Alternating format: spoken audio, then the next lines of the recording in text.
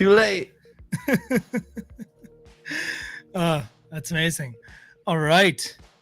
Well, oh, Jesus. Sorry about that. Here we go. We are live, living well with Dr. Perrin. Welcome back, everybody. Um, my name is Pablo, and welcome to the Living Well podcast with Dr. Perrin. Dr. Perrin is a psychologist practicing from the state of Ohio. In this program, we discuss how to live a meaningful and fulfilling life. We are broadcasting live from X, from YouTube, and Twitch at Dr. Perrin. That is spelled out DOCTOR Perrin. This show comes alive from the participation of our audience. So we definitely would love to hear your thoughts and questions on the live chat on any of these platforms. We are going to be reading some of these questions live. We don't need to necessarily read who it is if you don't want to, but definitely your questions are very, very valuable. Hi, Dr. Perrin. Hey, Pablo. Everybody, this is Pablo Madrigal, my producer. This show would not happen without his hard work, so thank you for being here, Pablo. Please excuse me. In Ohio, it is like peak summer allergy season, so I've got a little bit of the hay fever going on. I'm gonna do my best to get through this show, but bear with me. We'll hopefully be able to give you one heck of a show. You look great, man. You look awesome. I think I also want to take this chance to remind. Oh my Jesus Christ! Sorry. Remind everybody that this episode is brought to you by the Hopewell Institute. The Hopewell Institute is an educational media company dedicated to advancing mental health, personal development, and lifelong learning. They help fund educational content like this, making it easier for thoughtful conversation and transformative ideas to reach the people who need them. If you believe in the value of lifelong learning and want to support projects like this, visit www.thehopewellinstitute.com. The Hopewell Institute, education that moves people forward. Love it.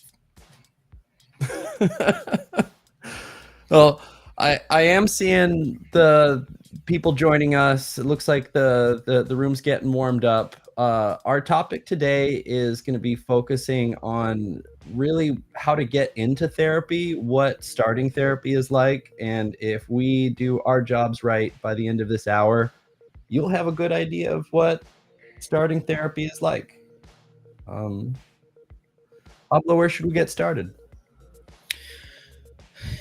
Well, I think all right. So far we've covered several topics on the show already, and so far we've touched on a few. I would say kind of global overarching topics in the world of psychology. Last week we talked about why therapy is important and why it's helpful. Mm-hmm. So, of course, this time it makes sense for us to talk about how do we. All right, we determined that it is important, right? So, how do we start therapy, and why consider therapy, right? So, I think I was thinking because social media, Instagram, X, we're flooded by aspirational stuff. We're flooded by people just doing very successful things, just being very successful in their endeavors and in their life and their careers. And I wonder if these people go to therapy. And so, my question is, somebody that already seems successful and kind of with it, why would they end up thinking about therapy? Well, I kind of want to answer two versions of this question. The first one is, why do people who look successful on social media get therapy? Probably because they aren't as successful as they portray themselves. Pablo, I know you're more of an Instagram lurker. I spend most of my social media time on Twitter, on X. I am a lurker, actually. I am not an engager. Not an engager. Well, you're married, so hopefully you're not liking all of the bikini-clad, six-pack Brazilian blondes or whatever it might be that tend to tend to be everywhere on that platform. But no, a lot of times people they will put their best version of themselves on social media. What they're not sharing is the struggles, the pain, the relationship difficulties. Yes, a lot of them are in therapy. Not all of them are successful. But to answer the actual question, let's say they are. Let's say someone is killing it. Like they have money in the bank, they have a good job, ostensibly they have some healthy relationships, maybe they're married, maybe they have, a few friendships. Very often what leads people to success, especially extreme success, people who have seen runaway success, it's because they have sacrificed something else to get there. Either a part of their emotional life, very often their relational life, they sacrifice for their success.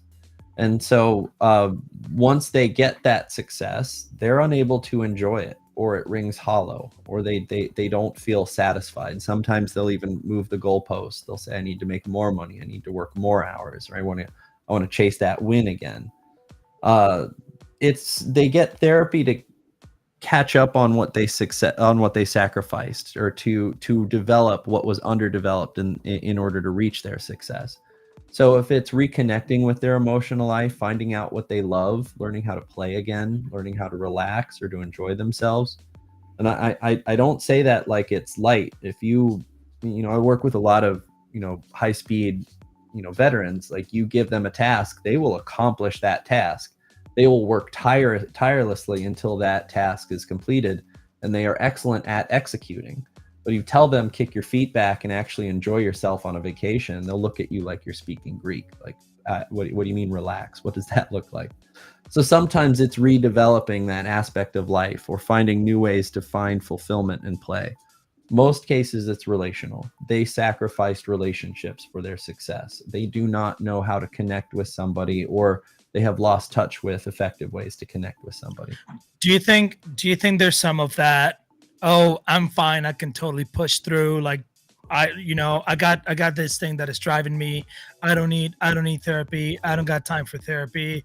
Oh, hey, Teddy. Yes, this is Theodore Roosevelt, my mascot. He's coming to say hello. Honorary PhD. I'll call him my lab assistant. You're nice. I like it. Mm-hmm.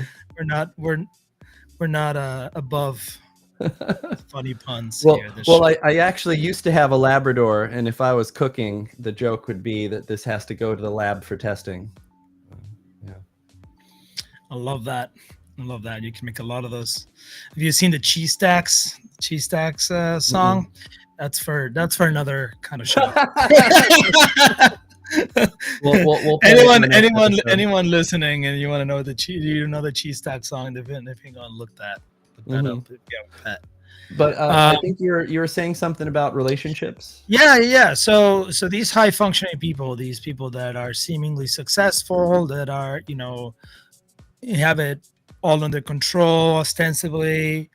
Do you think part of that is a mentality of, oh, I'm fine, I can push through? Mm-hmm. And if so, then how do you know when that's not true anymore? Well, it's tricky, because there's something that is true about that mentality, and that it's been developed. That kind of, I see this with a lot of people who are successful in business. Maybe they were successful, they're competitive athletes, or they were valedictorians of their schools. They develop that mentality to push through the hardship, that I can be angry and work, I can be sad and work, I can have pressure on me and work, right? So it's not so much that doesn't work anymore, it's that they have neglected that emotional experience. So they're so good at the shortcut. They're so good at either tunneling under the emotional experience or going around the emotional experience, that can sometimes grow, sometimes cancerously, to the point where we have completely cut out part of our emotional life. Anger is a very popular one, but it's not necessarily anger. I'm gonna oversimplify this. If we were to look at sadness on one end of a continuum and anger on another end of the continuum, some people can get really stuck in a rigidity. So they can get really connected with the sadness. Maybe they cry a lot. Maybe they spend a lot of time in bed. But you ask them what makes them angry, and they'll look at you and they say, "I haven't been mad in 20 years." Or vice versa, you get somebody who's very angry, like maybe they tap into their anger to execute, to get, a couple more reps at the gym, or to get that one more page of a long term paper that they need to get out, and they're just angry all the time. And you say, well, what makes you feel sad? What's hurt you? And they'll say, oh, I haven't cried in 20 years. So part of what we have done is we have overdeveloped a skill, a way to be in the world, often at the expense of another one. And sometimes we have to get, if somebody's presenting with anger a lot to execute, we have to get them more connected to their sadness, to their hurt. If somebody's maybe depressed and they're maybe what's the word I'm looking? Procrastinating. They're procrastinating a lot. They're spinning their wheels, and they're spending a lot of time in bed and not a lot of time executing. We sometimes need to get them more angry, or we need to get them in touch with that anger that they've lost touch with, because they need that to execute, to destroy the tasks, to finish that term paper, to whatever they need to do. So the benefit, it's not so much that their skills aren't working anymore. It's that we need to bolster, or we need to develop what has been neglected or ignored in order to become skillful, to be able to execute at that high level. I don't know if that made any sense. Yeah, totally. But in order to get that, you need to first actively pursue therapy and look at, go get it. Right. So I think and I wonder how much people are getting stuck on that process of getting to pursuing therapy. So, and I also wonder how much part of that is also maybe myths about therapy that people are keeping people from trying. Last episode we talked about other alternative remedies, or self-medication, or self-diagnosing, or something like that. Or the one-step cure, just one thing, it'll solve all your problems. Yeah. Just do this one thing and everything will go away. Exactly. But I think, this time the question is more about just misconceptions or myths that are keeping people from trying therapy. Right. Well, much like that mentality, that execution mentality of like, I just got to keep pushing. I just got to keep pushing. That mentality enough is going to, prevent someone from going to therapy, because they're going to say, what would I benefit from connecting with that emotional life? Wouldn't that just keep me from working? It is a very common thought that if someone processes that turmoil and they're not in pain anymore, they're not going to work as hard. I hear this with comedians saying if they go to therapy, they're not going to be funny anymore. and I actually don't think that that's true. I actually think that they're able to burn cleaner fuel. Like you're able to be more connected with what pushes you, what drives you, and at an appropriate dosage of it, to where you're not burning out, where you're not I think Jordan B. Peterson's family put out another press release that he's not going to be doing his tour this year because he's on a forced sabbatical. Some people need to learn how to relax and kick their feet back and not give 110% all the time. I actually like that example about the comedians, because you can see it in comedians on the early stages of their career to comedians that have made it really far into stardom, like Tom Segura, for example. If you look at some of his early shows, they're hilarious, and you can tell that those experiences, it's super self-deprecating. It's just, you can tell that guy is battling with some stuff. It's like he's battling with his weight, he's battling with maybe his terrible habits. And if you see any of his newer material, his big Netflix specials, it's clean. The guy looks fantastic, right? And you can tell the guy has a whole team of people behind him, Oh yeah. and you can tell that he's worked He's through lost a a lot lot of of weight. stuff. He's healthier He's, now. yeah, Yeah. but also his content has changed as well. Mhm. His content now talks more about like external things, the world, world happenings, pop culture, whatever you name it. Not so much about his internal turmoil. And I think he's done a good job at continuing that and pivoting to that. Mhm. But I wouldn't be surprised if that guy goes to therapy a ton. He probably could afford the best therapy that money can buy, but yeah, I think I can see that in him. He's very comfortable with who he is, and he's very comfortable with who he has become, and I think that that's kind of that piece. Like, he's still funny. Now his jokes may be different, but he's burning cleaner fuel. He's focusing more on maybe the timing or what's witty. I genuinely, I have not seen a lot of comedians who stopped being funny when they got to therapy.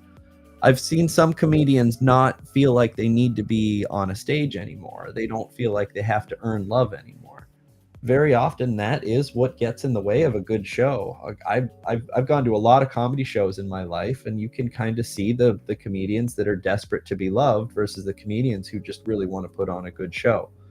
Jerry Seinfeld is one of my heroes because he knows how to actually sit and write a joke, and he studies behaviorism, so he has a lot of strategies to make sure that he is writing jokes. And it's really funny because if you see some of his early stuff from the 90s and his most recent show, which I think was like 2021, 2022, they're almost the same show. I mean, he tells some of the same jokes, but he's just very comfortable. He knows who he is. He knows what his job is, and he delivers it. A lot of his personal stuff does not get in the way of his comedy. I like that. I think he's a good performer. And then there are some people who do almost entirely crowd work. You can see maybe some of their own nerves. I watch a lot of talk shows, so I like watching a lot of those comedians be very nervous because this is my shot. This is my only 5 minutes where I get to do a set. And then you can see them doing their shows 10, 15, 20 years later. They're like completely different people. I feel like I'm losing my point here, but the point being, a lot of the things that people think that if they go to therapy to heal, it's going to make them less effective at their job. I disagree. In many times, it's a force multiplier. You become more efficient. You know what's really important, and some of your issues, or fewer of your issues, will bleed over into holding you back or muddying your performances, if that makes any sense. Mm-hmm. So once we're there, we decide to do therapy, or to take therapy, not to do therapy, but to take therapy. Sure. Right? I never really sat down to think about it, but no, you could do it. You could do therapy. It's work. It's an action. It isn't. It's not a passive thing one does. One actively participates in therapy. You do it. Well, okay. How do we even begin finding a therapist? $1 million question. How do you find a therapist? They're a dime a dozen. You can Google them. How do you find a good therapist, or how do you find a therapist that's a right fit for you? Man, that is a much harder task.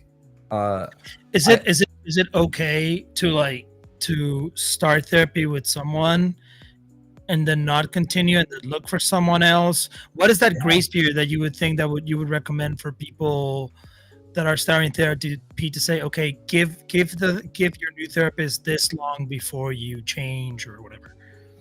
My personal recommendation is a month.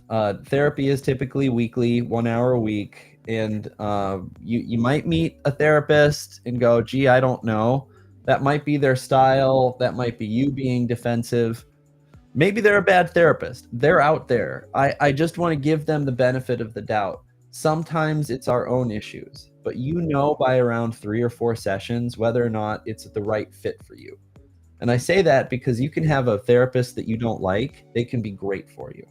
You can have a therapist that you really like. They can not move the needle whatsoever. They can just be circling, issues without ever addressing any of them. What's really important is this a good fit? Is their approach and is their style working for me? Am I confronting some of my issues? Am I actually transforming and changing in a way that is bringing me closer to my goals? You can answer that in 3 or 4 sessions. It's harder to answer in 1 or 2. That's not to say if you have one session with a therapist, they're completely inappropriate, they cross a line, you go, maybe I should give them 3 more chances. No, if they're awful, walk away. There is no law, there is no rule that says that you have to stick with a therapist any longer than you have to. I personally, majority of my clients are in an ongoing developmental psychotherapy, as in most of their issues have been addressed. It's just life is still going on. They're getting married, they're having children, their family members are passing away, normal life events. And that brings up emotions, that brings up difficulties that can sometimes be tied down to patterns or be traced back to patterns that have persisted throughout one's life. And that's great. But here's the thing. Some people say, I don't want to be in therapy forever. Therapy ends when you want it to be over. Like you cannot, like no therapist is going to hold a gun up to your head and force you to come in. And even still, history books are filled with tons of people who have weapons held against them and they still say no. You can always walk away. The thing is that if you talk about this with your therapist, most therapists will think it's good that you find a better fit. If you've seen a therapist 4 times and you say, hey, you know what, I think I'm going to go into another direction. I found someone who I think is a better fit for what I'm working for. Good. That's the goal. We want you to get the best help that you can. If it's through us, great. If it's through someone else, also great. If a therapist is trying to say, no, you have to work with me, maybe it's a good thing. But that already sounds like a red flag right there. It was like, well, wait, okay. So how would that happen? Like if you're already taking therapy with someone and you don't think it's quite the right fit, do you go and take another therapy session with someone else and then you take maybe a couple doubling up with both therapists and until you then realize or figure out if the second one is working or not? Is that kind of how it would go? Well, people do that. That's not how I would do it, and that's not what I recommend. Or you would just stop one and then continue. I have shopped around. What worked for me is that I meet with a therapist. We kind of have an agreement for a 3 or 4 week consultation phase. We meet for those 3 or 4 weeks, and on that when I say that I don't think that it's a good fit, I am open to the possibility that they're going to challenge me on that. And I want to be very clear about this. That's not to persuade or to coerce me. But as a therapist myself, I count on patients to screw up the therapy relationship in ways that they might screw up some of their normal relationships. So if I was seeing a therapist for 3 or 4 weeks and I say, hey man, I don't think that we're the right fit, I'm going to, go back to the drawing board and look for another therapist. A good therapist will say, I wonder if that's how you leave other relationships. I wonder if this is a pattern. I wonder if your resistance or your avoidance might be related to something. And if it is, I'm more likely to work with that therapist. I'll be like, oh my gosh, that's exactly like my high school girlfriend who did it this, blah, blah, blah, blah, blah, blah, blah, right? In which case, I might come back for the next session. I might come back, maybe this guy knows what he's talking about. Sometimes I'll go, nope, it's not that. I'm looking for something else, and I'll go out and I'll find another therapist and I'll give them 3 or 4 weeks, and maybe it'll work, maybe it won't. I'll get another one. My current therapist, I went through 3. I went through 3 before I found him that way, and it worked out. He's a great fit. I'm very satisfied, but I talk about it. I'm a therapist, so I know how to talk about it. Some people are shy. Some people are people pleasers. They don't want to disappoint us, the therapist. They think that we're going to have a response. That's called a transference. That's them putting some of their previous relationships in our mind and body. And we can address that. Hey, I'm really sorry. I found another therapist. Please don't be mad. Please don't be offended. But I'm going to go with that other previous. That's fine. I have a full caseload, but I'm curious what made it difficult for you to say that. Is it normally difficult for you to end a relationship or give negative feedback to someone? If you were direct with someone, have you been punished for that in the past? And very often that cracks them open. They go, oh my gosh, yes, that's been every relationship. Or yeah, if I told my mother or my father that I was disappointed in them, they'd yell at me. Okay, and you expected me to yell at you. Well, I'm not, but I'm willing to talk about that if you want to. And sometimes they will call that other therapist and they said, nope, I was wrong. And they'll come and they'll work with me longer. But I don't do that to persuade them or coerce them. They've already paid me the money. The least I can do is give a transference interpretation and then wish them well. I hope that this next therapist helps you in more meaningful ways. Sometimes they come back, sometimes they don't. They come back most of the time. But the point is that most therapists, at least the therapists that I hold in high esteem, if you came to them and you said, I don't think that we're a good fit, I actually think I might find a better fit elsewhere, they will say, wonderful. How can we help? How can we give a warm handoff? Give them my phone number. I'll tell them what we covered in the last 3 or 4 sessions and save them some basic intake questions. Right? Yeah.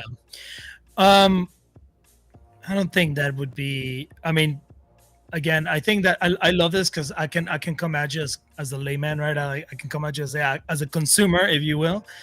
I don't know if I would be super comfortable, and I'm generally very comfortable with conflict. I mean, this is a form of conflict. I don't know if I would be definitely very uncomfortable saying, hey, you know, this is not really working out. You know, I don't want to hurt your feelings, even though your feelings are not going to be hurt. But I don't know that. You know, that's what the money's for. That's true. That is why you are paying for my time. Yeah. It's not quite like sending back a martini in a bar. You know what I mean? It's a little bit more personal than that. Yes. Well, you mentioned earlier that there are a lot of psychotherapy myths. Perhaps one of the biggest psychotherapy myths out there is that therapy is just talking. That's not true. There is technique. There is style. There is approach. Now, every therapist can have different techniques, different styles, and different approaches. And in fact, a therapist's style is fundamentally ingrained with who they are. If I was a rigid and inflexible person, I would be a very rigid and inflexible therapist. You would come in and say, no, if we're dealing with anxiety, we're dealing with this anxiety, do this way, and don't set up another appointment until you've done your work, right? If I'm a very open, laid back kind of guy, I'm going to have a pretty open, laid back approach to psychotherapy. That being said, we do have method. We do have technique. We are applying the scientific method to our practice. And if a person says, hey, I don't like your style and your approach, in a way, they are saying, I don't really like how much your method and style is fundamentally reflective of who you are. That is a little personal. The thing is that they don't know that it's technique. They don't know how much of it's style. They think they are saying, I don't like you. I don't want to be your friend. Yeah, that's what I think you would assume, that you're like, oh, you don't like me. If it were a date, sure. If it were a date, it would sting. I'd move on. I'd be fine. But you know, no, the thing about this job is this is a job of goodbyes. In the best case scenario, there's still a goodbye. A patient is cured. Thank you. Goodbye. We get kind of good at it. Rejection, we don't love it. Somebody wanting to work with someone else. All right. Well, you know, I think I could have helped you, but we're fine. We're okay. We can hold that, and we're not friends. I have friends. I have relationships. I have families. I don't know. It's tricky. Yeah. And then, so once you start the therapy, actually, what happens when you walk in for the first time in your, I mean, I know that's definitely probably different from one therapist to another, but do you think there's like at least a guideline of, or not a guideline, but like a baseline of expectations? What happens when you walk in for the first time with a brand new therapist? Some people have no idea. I typically am someone's third therapist. By the time they've made it to my consultation room, they've maybe done 1 or 2 courses of therapy, maybe some of the brief CBT manualized approaches and they want to go deeper or they want to go further. But some people reach out to me and they've I've never spoken to a therapist before. How does this go? And my answer is usually some form of however you want it to go. I am not terribly directive unless it's appropriate for me to get directive. A lot of people are very nervous walking in because they don't know what to expect. That doesn't mean that their imagination hasn't been coming up with something. I have no idea what that is. And that's why I tend to think walking through the door for the first time is one of the bravest things that someone can do. And I want to acknowledge that. Like, people don't just casually walk into a therapist's office. They probably looked at my website 20 times before they even sent an email, let alone scheduled an appointment. So I want to make space for that. The thing is that sometimes the first appointment is the only time someone's going to get therapy. Even if we're going to work together for 30 years, or they say, I want to work with you for 30 years, it's possible that one session is the only therapy they're going to get. They're going to unburden themselves. They're going to maybe share their problem. Maybe that's going to be enough for them. Maybe they were really uncomfortable and they walk away. So we have to do this balancing act where we have to treat it like this may be our only time talking to them, and it might be the first of 10,000 visits. So how do we have an interaction that holds both of those truths at the same time? How do I deliver something with a nice, pretty bow on it, but also have a door open to continue and do more and go further? So I mostly just set a vibe. Some people jump right into an intake. Tell me about your past. Where do you work? How old are you? What are your observable identity characteristics? Whatever it might be. I find that we can get that information without really pushing it. Sit back, have a conversation. Tell me what brings you here today. Why now? We have a great question here from one of our audience listeners. Someone in our audience is asking a question. Team members, let's go. What are your thoughts on virtual versus in-person therapy? So I was very cautious about virtual. I first trained in virtual therapy in 2018 before everyone in the country knew how to do it. It was rare, it was atypical, and the consensus was that it was less than. So I worked with rural and highly rural veterans. So in the Nebraska, Western Iowa region, it actually has the largest catchment of American veterans by geographic space, but the smallest number population-wise. These are people who, if they have a neighbor move in within a mile of their house, they're going to put their ranch on sale because they don't want to be too close to civilization. I was working in a hospital in a town of 5,000 people, and when people would come to the hospital, they say, I get anxious driving in the big city. It was a small town. Teletherapy was the only way that we could reach them without them driving 40 minutes to their nearest community-based outpatient center. I felt like there was something missing from it. Since 2000, everyone now knows how to do teletherapy. They do telehealth appointments, there's teleoptometry, and I have no idea how teleoptometry works, but it exists. You can do an eye exam and you can read your letters from the comfort of your own home. I don't get it. I have found that it does not take away from therapy. The only thing, and I say this very lightly, the only thing that in-person therapy can do that teletherapy can't is inform the therapist what's going on outside this box. So you couldn't tell if I was tapping my foot. You couldn't tell if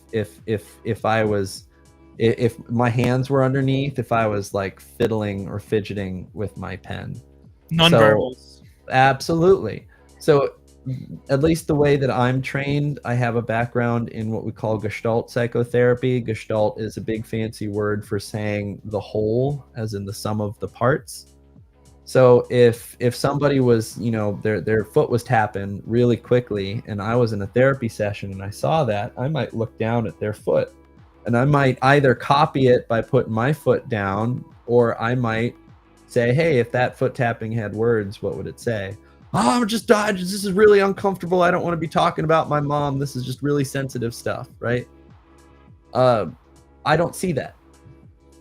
So there are some nonverbals that are missing that will get in the way of a potential for an intervention or a potential for me to do some parts work. The thing is that's just one technique of a million. The other 999,999 techniques work just fine. So generally you're pro, but there's definitely some aspects of it that the in-person have the edge over the. Oh yeah.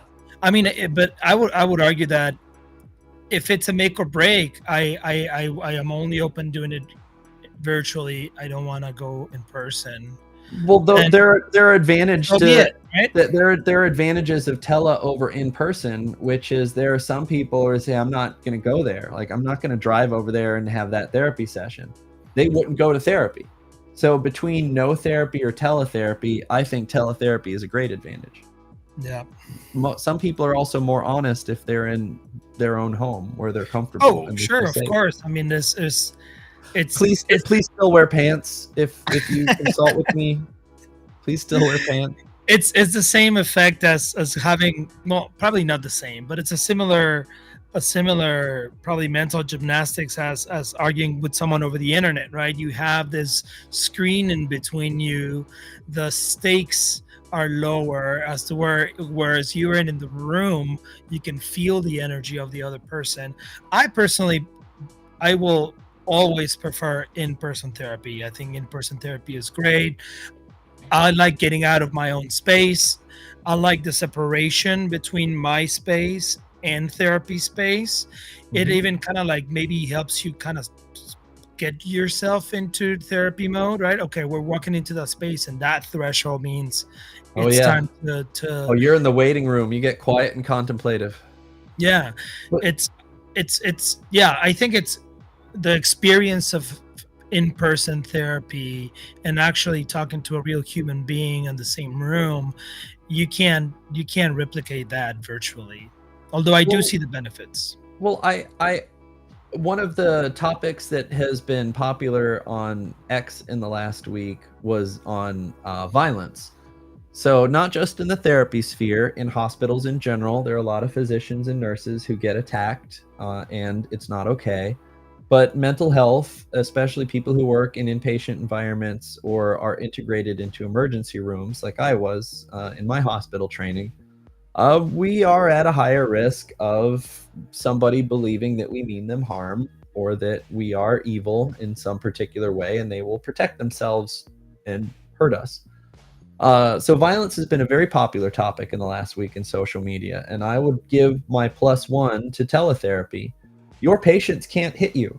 If your patient thinks that you are Napoleon back from the dead and is going to be conquering the United States one mental hospital at a time, and they were sent by Sir Arthur Wellesley to stop you, I'm glad that I have a screen between us because I don't want to have to wrestle them.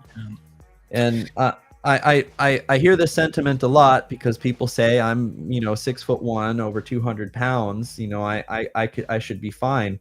It doesn't matter. I don't care if I could take them in a fight. I don't want to be in a fight. One wrong move, I'm missing a tooth, I have a crooked nose, or gosh darn it, some people smaller than me are better in a fight. I don't want to risk it. That was a great question from one of our audience. Oh yes, YouTube. Thank you. Thanks so much. Oh heck yeah, we got a YouTube question right on. Yeah, man. Making moves. All right. Now, after that first session, or in that first session, we're setting the vibe. Do you think it's necessary to just like spill your whole life story? Do you have to just or I mean, that's probably rare, no? Oh no, that's actually my preference. Oh yeah. Like I said, I my training is in hospital environments. Sometimes we only have a 30-minute intake, and if you have a 30-minute intake, you're not getting a comprehensive background. It's what's your problem? Here's some initial steps. Here's an integration. Try this. Call me in the morning. But sometimes we're still going to have a 1 hour intake, and we're going to have a very comprehensive list, and it's going to be, hey, I have a lot of questions that I'm going to ask you. We're going to try to get through these as quickly as possible. I'm going to interrupt you because we need to get through all of these before we get to the next session. I like to take my time.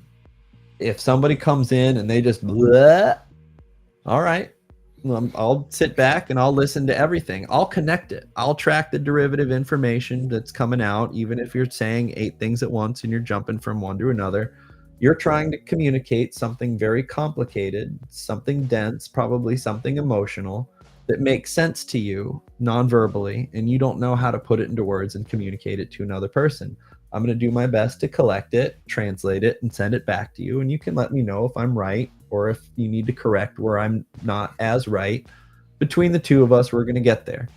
Sometimes that happens quickly, sometimes not at all. Some people aren't bleh, and we can go down the line. All right, what about some early friendships? What was it like growing up in your household? What kind of work have you done in your life?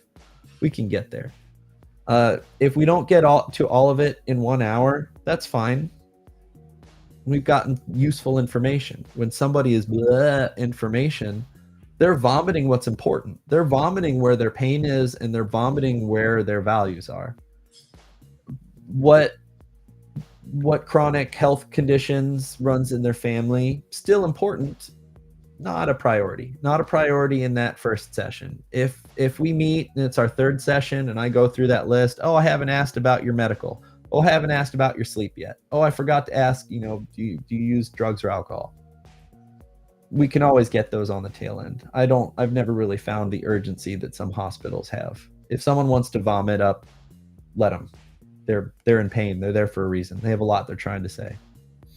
So what would you say surprises people the most at the end of their first session? Do you get comments like that? Like, oh I didn't expect this. The word is catharsis. Mm. Like, even if I didn't do anything, even if I didn't give them any feedback, even if all I did is just nod and say, man, that sounds tough. Sometimes at the end of the session, they'll be like, I feel better. Like, I feel like I got something out. Like, I feel so unburdened. Thank you. It's great. Glad to help. There's more to it than that. That's a common symptom of therapy, but the therapy is the actual change, the actual invitation to look at and bring some of the things that's outside of our awareness to our awareness. And sometimes that can happen in the first session, not always, but sometimes I'll ask just a poignant question that has them reflect on their blind spot, and you see them in that moment, their eyes kind of glaze over and they're going, oh my gosh, I haven't thought of that before. That dissonance, that tension, that's the therapy. And I'll sit back and I won't rush them. I'll take as much time as you need to do that. And sometimes if I ask, is there anything that went well, anything that you probably would want me to do differently when we meet again? Sometimes they'll point to that moment and they'll be like, do more of that. Whatever that was, I want more of that. And I have to just smile and say, oh, okay, I might have 1 or 2 more of those in my pocket. What about the other side of that coin? What about leaving the session feeling weird, kind of like unsure, maybe uncomfortable? Is that normal? Does that happen? And how do you address that, or how do you recommend people addressing that? Well, I don't think it's normal with my patients. No, I tease. So I'm gonna pick on myself. When I was in grad school, I was really struggling with my dissertation. It was a complete emotional experience, and I went and I found a therapist, and I went through my insurance, which wasn't great, and I found a psychologist on the network who just accepted a very low payout, and I was willing to give him the benefit of the doubt. And he was one of those single session therapists. He just did not have a vibe. He had one thought. He would think like this a lot. Hmm. And he did that throughout the whole session. And he gave me no feedback, and he barely said anything. And it just seemed very performative. And every once in a while he looked at me and he had nerve and anxiety in his eye. I just got a bad vibe. And it wasn't because of the therapy, it was because of the therapist. I did not feel like I connected with the therapist, or I did not quite feel like the therapist connected with me. And I think that's the big part. It's an interpersonal experience. It is relational. If people walk away, I think it's because of the relational experience, not because the therapy, if that made any sense. Yeah. See, that's what we're putting into practice what we were talking before about, Feel him out. Yeah, feel them out. And if it's not working, it's not working. Well, I'm sure he was a terrific therapist for many patients, just not me, just not what I was coming there for or who I am. Yeah. No, that's a story for another day. Please go ahead. Yeah. So, no, this is just very, really interesting. Because even yourself as a therapist, right? When you take your own therapy, you go in there as a patient. You don't go in there as a therapist. So you also are. It's hard to turn that off. I'm actually a very terrible patient. Oh, they'll say something, and I'll be like, "Oh, nice reframe. Oh, I see. You're phrasing that as an open-ended question to get me to consider it," and they'll say, "Shut up." No, I'm actually a very terrible patient. But that's why I found a psychoanalyst. He doesn't say much at all, because if he did say something, I would be like, "Oh, I see. You're turning that into a. Oh, I see. You're using the vertical descent technique. Very excellent use of the vertical descent technique." I'm a terrible patient. I'm sure you are. It's like the equivalent of me going to a bar and then like giving the bartender feedback on their cocktail. Was like, "Oh, dude, I like how you like here. This is how I would make it." I'm sorry, but this isn't the correct glass for a Negroni. Can you go and bring this? Can you go and put that in the correct glass? Oh God, and I'll totally do that too. Thank God I have my wife with me to tell me to shut the hell up. She's the one that tells me to shut the hell up. Okay, so how do we make therapy work, or what makes therapy work? Is it just talking? Do you just talk it out? Is it actionable items? What makes therapy work? Ooh. I would put a lot of conditions around those two, because I do think that it's action oriented.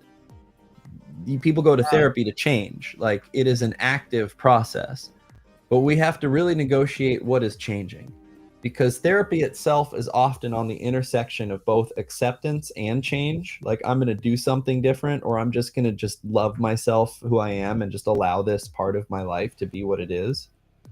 The thing is that when you accept, if you choose the acceptance route, you're changing your relationship with something.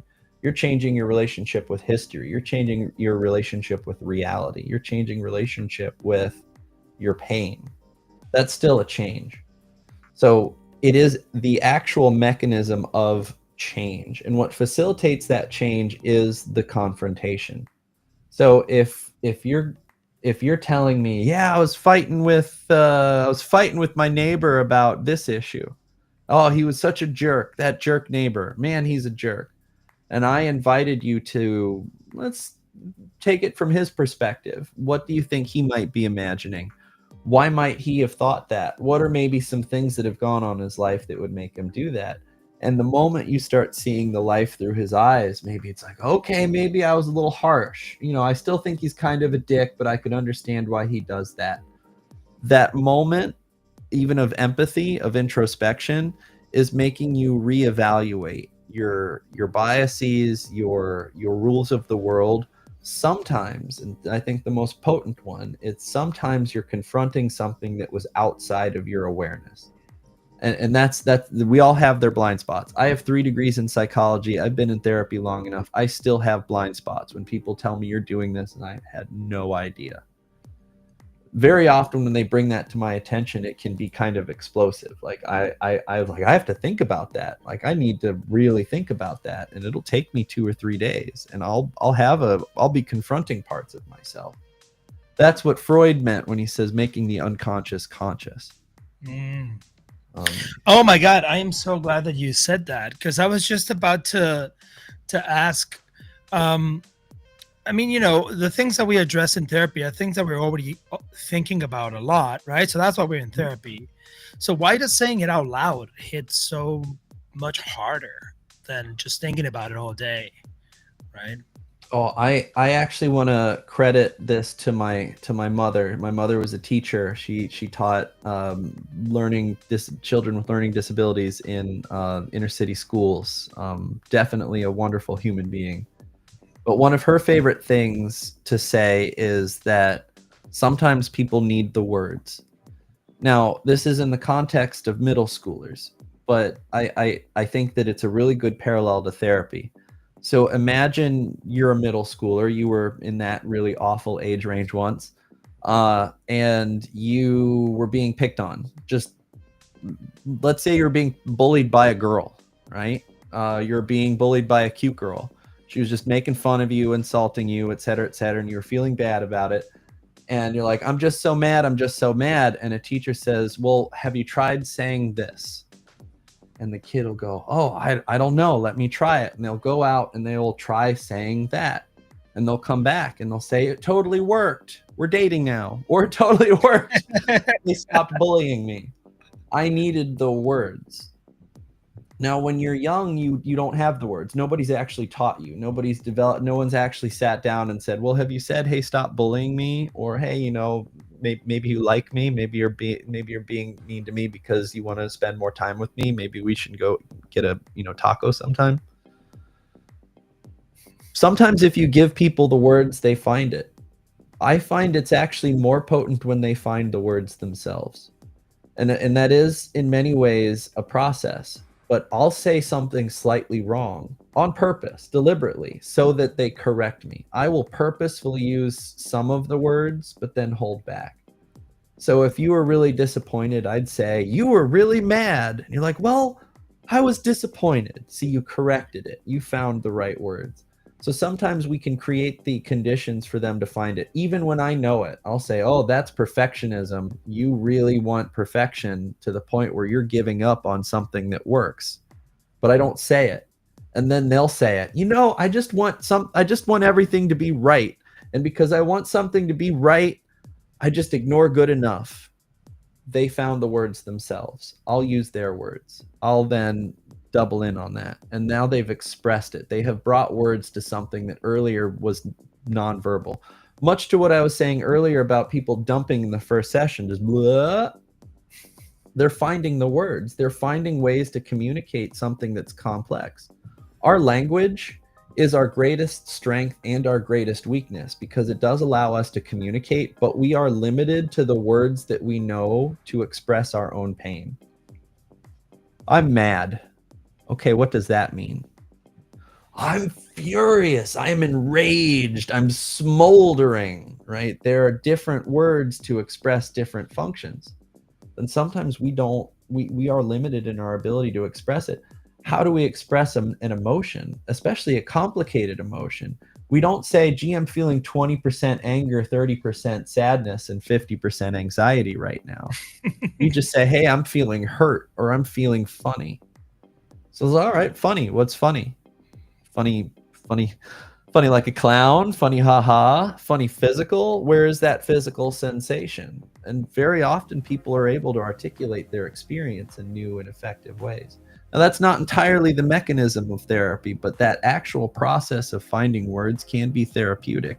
People will feel not just understood, but they feel like they can help people understand. They know how to say, this is how I'm in pain. This is how I hurt. or this is even what I want from you. I want to set and maintain a boundary or an expectation in a relationship. Some people don't know how to put words to that. Yeah. And once you do, you get catharsis. Well, once you do, It's then like you that have, release, like, oh man, I feel so good. well, or now that you have the words, you have to go out and say it to your spouse, or say it to your parent, or say it to that cute girl at the bar that you've been trying to talk to for a month. And that's even harder. Now I have the words, now I have to overcome the emotional things, the emotional stunt, that's the emotional block that's getting in my way of it. And that's going back to the myth of therapy. One of the most common things that I see on social media is, oh, it's the problem is simple, just tell them what to do, or I could give better advice than a therapist. Advice isn't the mechanism of change. If I just told you what to do and you didn't do it, I wouldn't be a very good therapist. So very often it's people, they know what to do. Maybe they found the words. They go out and they still choke on them. They still don't say them to their spouse, to their parent, or to that cute girl at the bar. That's what the therapy's for. Well, if you know what to say, what got in the way of you saying it? Now there's new change. There's new stuff to work on. There are ego defenses or processes between what we know we need to do and the outcome that we want. Alcoholism, my favorite joke of the informed ill. Now I know why I'm an alcoholic. It's because my dad drank. It all makes sense. What are they still doing? They're still drinking. I've never met a smoker, for example. I've never met a smoker who didn't know that cigarettes were bad for them. If anyone has ever met a smoker, put this into chat. If you have ever met a smoker that was just like, these are bad? Oh no, I better put it out immediately. No one's ever told me that this could cause cancer. Yeah. I hope I'm making sense, but yes. Yeah, absolutely. So do you think it's better to go into therapy with a plan, or to just go and see what happens, see what comes up after the first session? I think that the more you go into therapy with a plan, the less likely it's going to follow the plan. But definitely go to therapy with a goal. Now, some people think it has to be something that's very concrete, measurable, and specific. Like, I want to go to therapy and I want to be able to go into my boss for my one-on-one quarterly meetings and not have a panic attack. Great. Sure. It doesn't have to be that specific. You can get a goal like, I have anxiety, I want less anxiety. I have conflict at work, I want less conflict at work. I'm isolated and alone, I want to be able to go out, have conversations, make friends. I want to date. I want to be able to ask girls out without using the swiping. Thingamajig? The thingamabob? Yeah, whatever mabobs. Go in with at least some goal. How to get there? I don't know. If you knew how to get there, you probably wouldn't be going to therapy. But the goal isn't, hey, tell me the steps. Help me get better at this. The goal is, help me figure out why I am not getting better at this. Help me figure out why I know what I need to do, but I'm not doing it. Help me figure out how I'm getting in my own way, or what I'm not aware of that's contributing to me being stuck in these patterns. The therapist will help reveal it. And now they'll ask, if they're any good at the end of the session, they might ask, is this related to that goal? Like, did we move you towards that? What was missing? Because everybody's different. And I say this because that means that every therapy is different. You should be teaching your therapist how to do therapy for you, how to do better therapy to you. That is the best time at the end to say, hey, my goal was to help with my anxiety, and all you did was ask me about sleep in this hour. I don't feel any better. The therapist can say, I think your sleep is related to your anxiety, or the therapist can say, you're right. Next week, let's get back to the goal. The goal is to address your anxiety, and then you get back on track. Therapy is about change, and the more you think about a problem and the more you try to solve a problem, the more progress you're going to take on it. And that's anything. That's if you're trying to figure out a subject, the more you spend on that subject, the more time you spend on it, the better you're going to get at that subject. What if that subject is yourself, your mind, and your behavior? Oh, here's another audience question. Let's see. What should we do before a session to prepare to make it more useful? Oh, that's a great question. A handful of my clients, not all of my clients journal, but a handful of them do. And a lot of times they will bring their journals with them to therapy, or they'll review their journal before therapy and they'll write down a few hot issues. Some, they just think about it. Some actually don't until they get their reminder. Oh, I got to be in therapy in 15 minutes. What do I want to talk about today? Okay, yeah, I guess I argued with my wife. Oh, I guess my husband did do that. I have been feeling this way. All right, and that's all the prep that they need.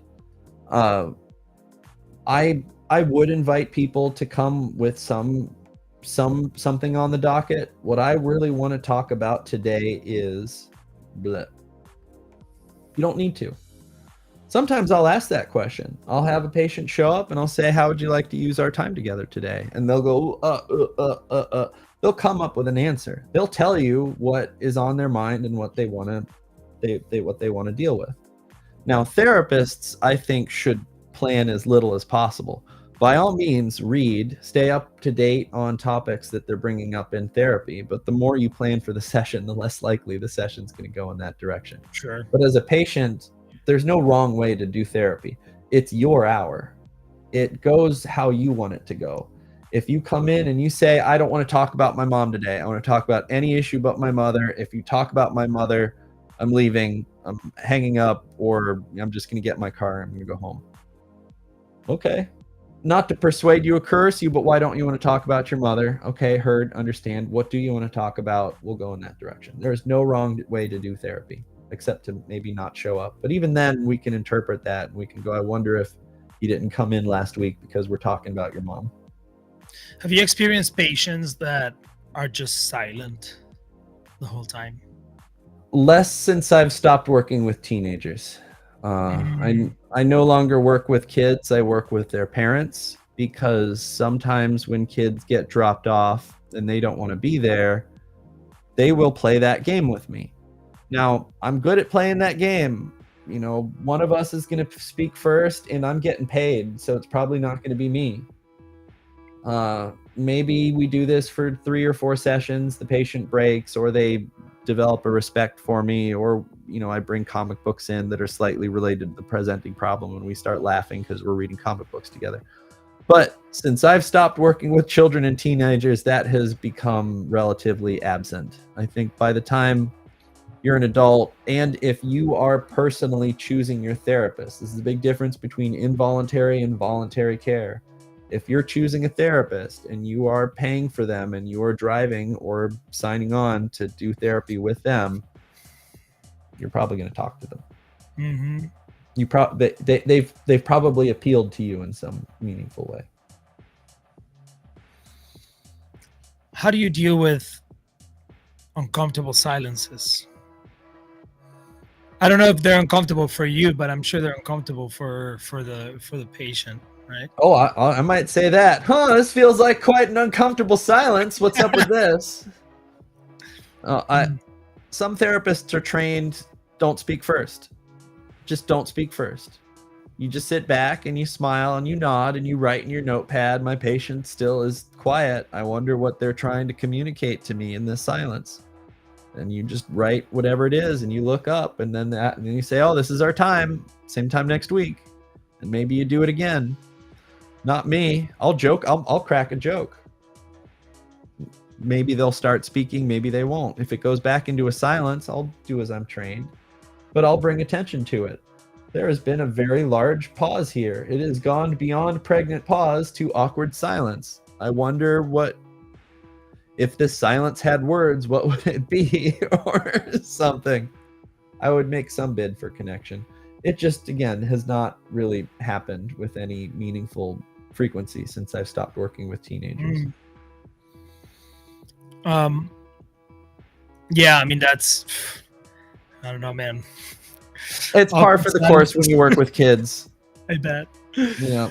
I used to keep a rubber thumb in my pocket with handkerchiefs, so I would just start pulling handkerchiefs out, and where'd they go? Yeah. And they'll be like, "Oh, you're so chuggy." That has never failed to get client participation. Well, there's an age cutoff. Below that age cutoff, it has never failed to get client participation. Okay. Oh, here we go. There's one more question from chat. What is the difference between venting and actually talking? Ooh, well, this is the difference between a catharsis and an abreaction. $20 words here. You've probably heard a million metaphors. Bottle something up long enough, it'll explode. Sweep enough stuff under the rug, it'll get lumpy. Compartmentalize, the drawers aren't going to shut. Pick your metaphor. There is a limit to how much we can compartmentalize before we explode. And there are a lot of traditions out there. So like the Irish wake tradition, they do keening. When somebody dies, they'll just moan and they'll wail and they'll get it out, and then they'll drink and they'll whoop it up. But part of it is that expression of grief. They will just wail, they'll let it out, they'll groan. And that's really cathartic because it's letting out that emotional energy. That is useful. That catharsis is, oh gosh, some people would pay money for that. It's like, I feel better now. So there is a change that happens. The thing is that is not a permanent change. We're not in a ever ramping roller coaster of bliss after we experience catharsis. The talking parts, the talking influences more of the actual change. Like, I'm a different person now. I understand myself in a different way. I understand the world in a different way. I am now going to be a person in this world differently. Talking often creates the mechanisms for that. We have rules of the world that we formulate throughout our childhood. And some of those rules of the world happen when we're smart enough to identify them, but we're not smart enough to know why they exist. So they can be silly. An example of this could be all men are untrustworthy, right? So then you meet a man, all right, I can't trust him because all men are untrustworthy. Being able to talk it out, go, well, I knew a couple trustworthy dudes. My brother was pretty trustworthy. My dad was a good man. My grandfather was pretty awesome. So I guess that there are some trustworthy men out there. Not all men are trustworthy. Maybe most of them are. By talking it out and actually putting words to some of the nuance and creating more data points to that rule of the world, they're actually updating that software. They're actually changing their rule of the world. The catharsis is just a release. It's not often, now that it's out, I will never feel this way again. It's now that it's out, I'm more alive and I can live until the next time I need to get it out. Talking and changing is actually moving the needle. I am in a state of becoming. I am becoming someone different. I am changing. I don't know if I made any sense with that. I think so. No, you did. I guess the gist of it is it's okay to vent, right? That is part of the process. But the venting needs to become talking and then actual movement towards progress. Yeah, the venting isn't the change. The venting is a release. I feel better. I'm not different. I just feel better. Or I mean, maybe I'm different than I was 10 minutes ago, but I don't have a different insight. I don't have a different outlook. I don't have a different temperament. Yeah. I want to take a second here to remind our audience that we are streaming live on X, on YouTube, and on Twitch. We've had a couple of excellent questions thrown out tonight in those streaming services, so thank you for that. Um, yeah. Do you have any closing remarks? I think we should maybe close out with maybe an actionable list of things on starting therapy, right? On maybe, what do you think? Sure. A lot of people don't even know where to start. Maybe they want therapy, they don't know how to find a good therapist. I'm a huge fan of the therapist database, Psychology Today. Psychology Today offers a lot of really great articles. It's where therapists go to talk to each other and communicate about advances and movements in the field. But it's also a place where you can go and see who would be a good fit for you. Maybe you have ADHD and you find some articles written about ADHD that sound like you, that sound like this is a guy who understands me. This is a guy who understands what I'm going through. I wonder if they're taking clients. Click on their name, reach out. You can put in your town or your state as well into Psychology Today, and it'll give you a list of all the therapists in your town. You could call your insurance network. The thing is that you have options. I invite you to think. I invite you to think a little bit open-ended. My bias is for ongoing developmental psychotherapy, what we call psychodynamic psychotherapy.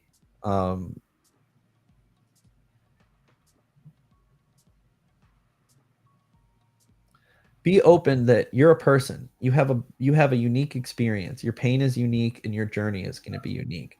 Maybe you can fix that in 3 to 4 weeks. Maybe.